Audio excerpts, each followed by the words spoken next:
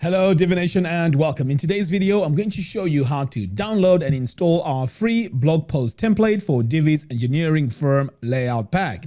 This is the final result we're aiming to achieve. So without wasting a lot of time, let's dive in and let's get started. All right, so the first thing you need to do is to head over to this blog post, which I'll link to in the show notes below. So what you want to do is to download it. So I'm going to scroll down here, click on get it for free today, add my name and email address in here, click on download. And you need to click on download the files.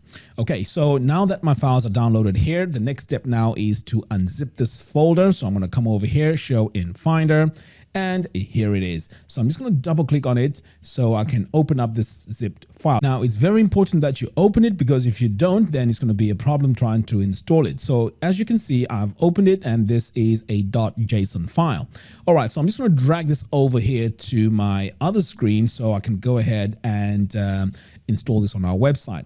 So over here, I have already gone ahead and logged into my WordPress admin dashboard. So to install the template, you want to scroll down here to Divi and then click on Theme Builder. But before I can go into the Theme Builder, I'd like to show you what the blog posts look like so far. So I want to open up all these posts in a new tab, and so we can just do a quick preview of one of the blog posts. So I'm going to click here on View. And here it is. So this is a basic layout that comes with Divi when you first install it.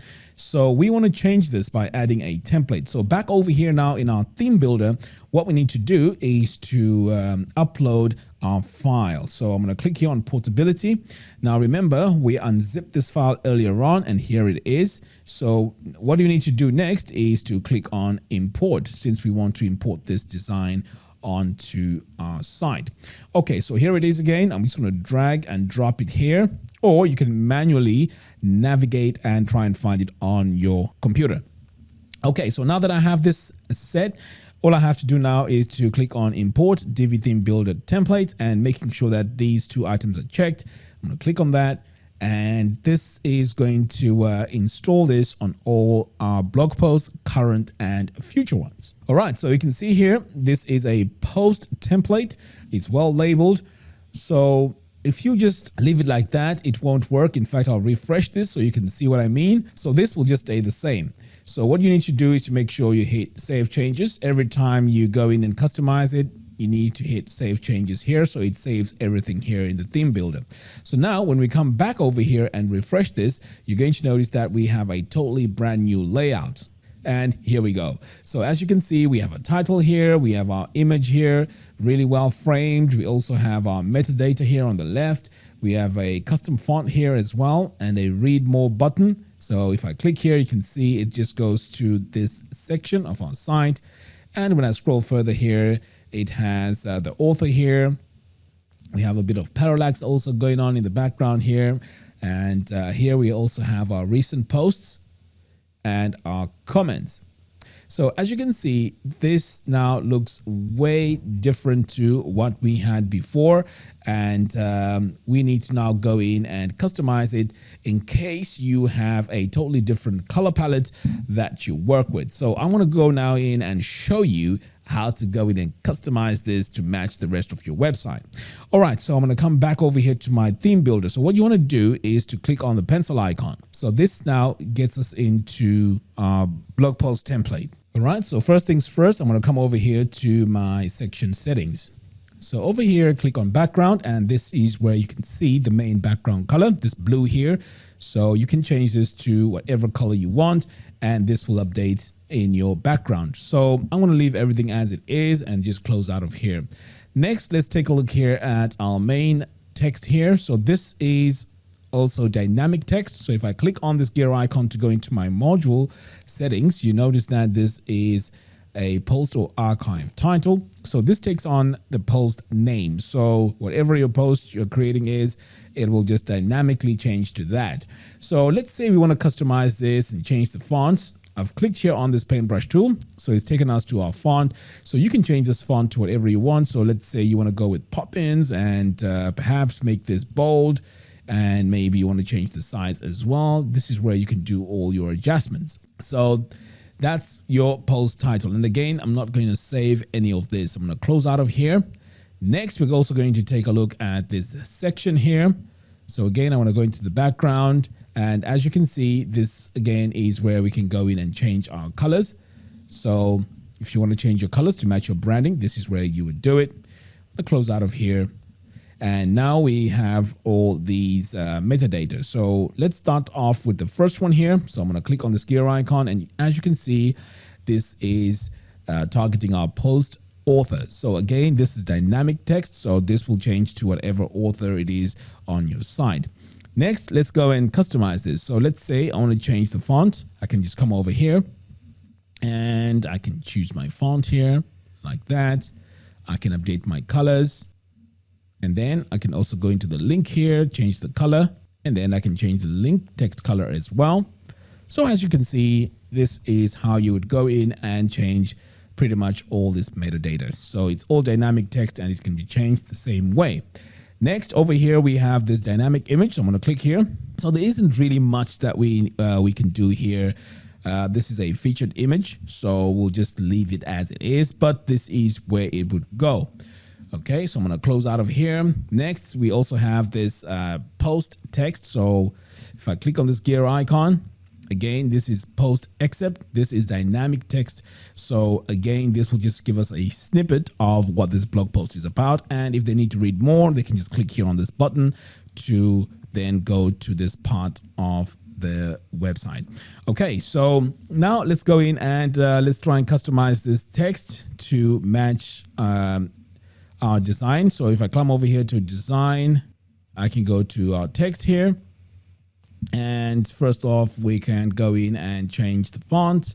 So let's say we want to go with Poppins. You can see here that has changed. I can also go in and change the colors to whatever color I want to match my branding. And once I'm happy with that, I can also adjust the size here, but I'm not going to commit to any changes.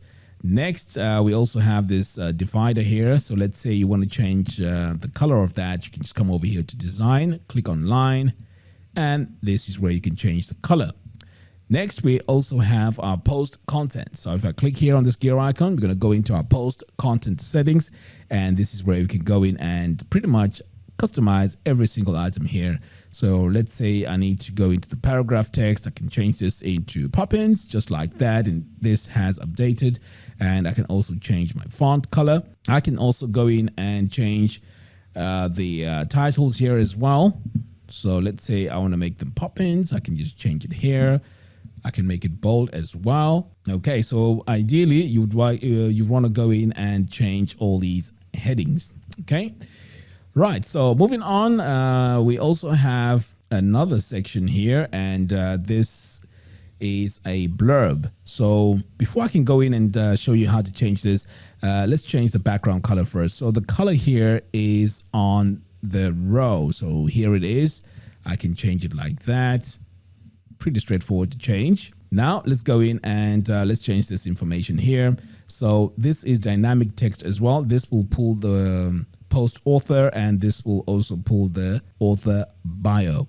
So we can start here by going into the author, change the font. We can change the title. We can also go into the description here and change the colors. We can also change the font, just like how we were doing before.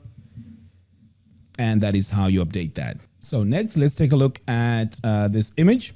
So now I'm going to go into my module settings, and design wise, I think the changes here has been done on the filters. So as you can see here, we have a bit of a sepia tone. So if you're not a fan of that, you can just remove it completely. Or if you want, you can just reset the saturation here so you can see that we can have it normal here. But if you want to play around with this and change the contrast, saturation, and so forth, you can do it over here. Okay, so moving on, now let's go on to the next part, which is this section here. So I'm going to click here to go into our section settings. Now let's go to the background first and show you where we can change the color. So this is where we can change our background color. And like I mentioned before, all you have to do is to go in and change all these colors to suit your brand colors.